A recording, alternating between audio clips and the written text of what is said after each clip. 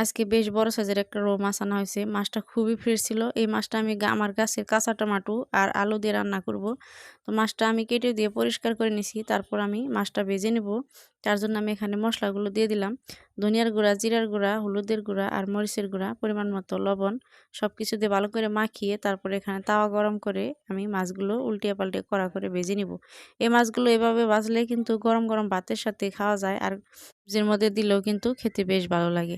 তো আমি এখানে কড়াই নিয়ে নিলাম, কড়াইতে দিয়ে দিলাম সরষের তেল, তারপরে জিরা দিয়ে দিলাম, গোটা জিরা, তারপরে একটা বেশ বড় সাইজের পেঁয়াজ কুচি দিয়ে দিছি। পেঁয়াজ কুচিটা হালকা একটু ভেজে নিয়ে তারপর আমি দিয়ে দিলাম কাঁচামরিচ কুচি, কাঁচামরিচ কুচিটাও একটু ভেজে নিয়ে পরিমাণ মতো একটু পানি দিয়ে দিলাম যাতে মশলাগুলো পুড়ে না যায়। তারপর আমি এখানে ধনিয়ার গুঁড়া আর মরিচের গুঁড়া, একটু হলুদের গুঁড়া দিলাম আর পরিমাণ মতো লবণ দিয়ে আবার একটু এই কাঁচা টমেটো আর আলুগুলো ঢেলে দিলাম। দিয়ে তারপর আমি এইগুলো একটু কষিয়ে নিয়ে দিয়ে দিলাম একটু পানি দিয়ে, তারপর আমি ঢাকনা দিয়ে ঢেকে রেখে দিলাম।